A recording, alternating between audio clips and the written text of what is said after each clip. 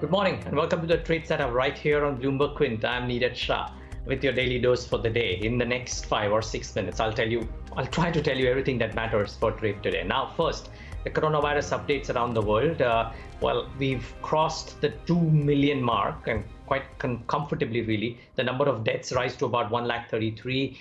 I think France has had its deadliest day as yet. So, a number of poor factors when it comes to the world outbreaks. Now, amongst other things, Donald Trump spent, at least as the Bloomberg article says, better part of his day dialing all the CEOs in the US to try and figure out how to reopen the US economy. He also went ahead and threatened to adjourn the Congress, both houses of the Congress as well, which again, I mean, a lot of US constitutional experts come and say that he can't withhold the funding to WHO. He can't kind of quite do this, which is adjourn both the houses of the Congress. So all of these are talks in the air, but nevertheless, a lot of things are happening in the US is what I'm trying to say. And why is that important? Because that's the mother market. Now, first, before we get to the markets, the outbreaks in India as well. But a large outbreaks in India seen 123 districts include all the 6 major cities as well. So the news flow around India and the coronavirus updates isn't quite the most positive. We've contained it well, though. You would have to say, compared to the rest of the world, we contained it well.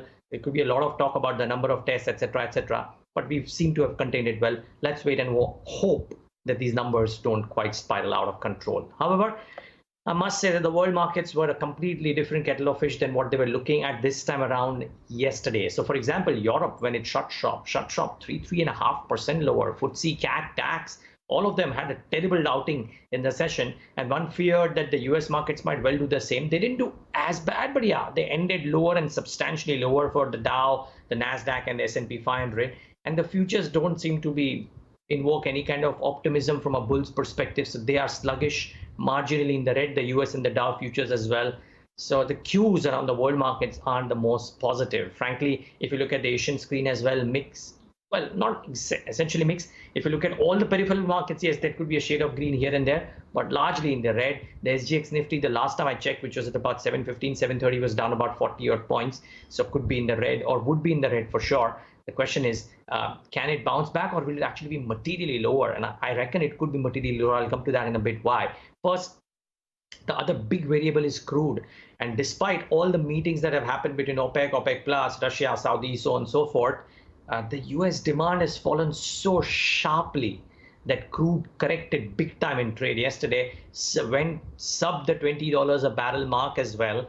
And I was reading a story somewhere which said that that exchange, or that they're trying to figure out a software mechanism which could price in negative pricing for securities that are traded, and I think they're referring to crude as well. I could be wrong, but I think that was what the story. I'll talk about it in Indian Open, so tune in for that. But that was a very interesting piece of news as well.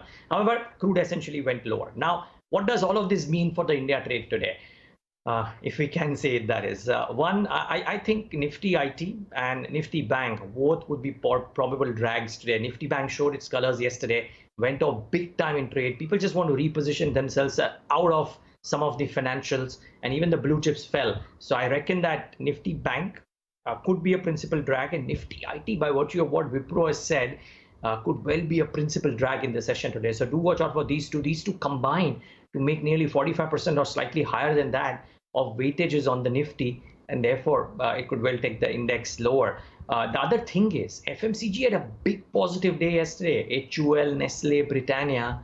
If they don't quite have that positive a day, and if some of those longs unravel, because remember, HUL had buying which was for a day related to some changes in FTSE, that will not necessarily come in today. And if FMCG 2 drags a bit, then you actually have a big problem on your hands. So I would reckon that the day could be, at least the start will be in the red, and the day could actually show some further reds. But let's wait and watch. I'm not a predictor of the index. I don't quite know how to do that.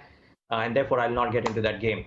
Keep in mind though, flows turned slightly positive in trade yesterday after a negative day on April 13th, where we saw a negative number of 1243. Yesterday was a buy number from the FIs, 1358, but DIs were net sellers in trade yesterday.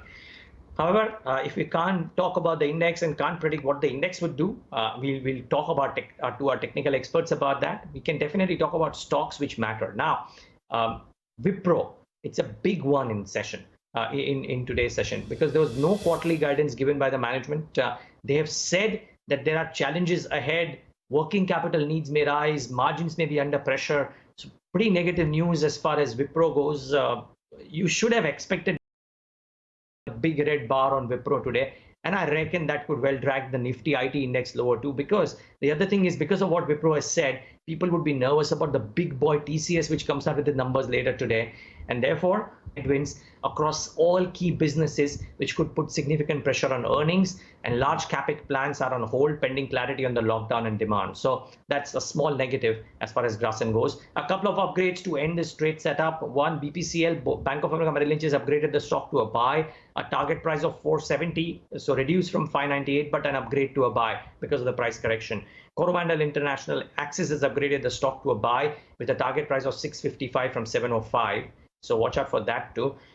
But I have to end this with this very important story that is there on our website, BloombergQuint.com. And Ray Dalio, founder of Bridgewater Associates, and when Ray Dalio says, you got to hear, he says that we are in uncharted waters, and the economic and the social impact of the coronavirus will be worse than the financial crisis and more analogous to the Great Depression. A lot of people have used this term now, but when Ray Dalio says, you have to hear.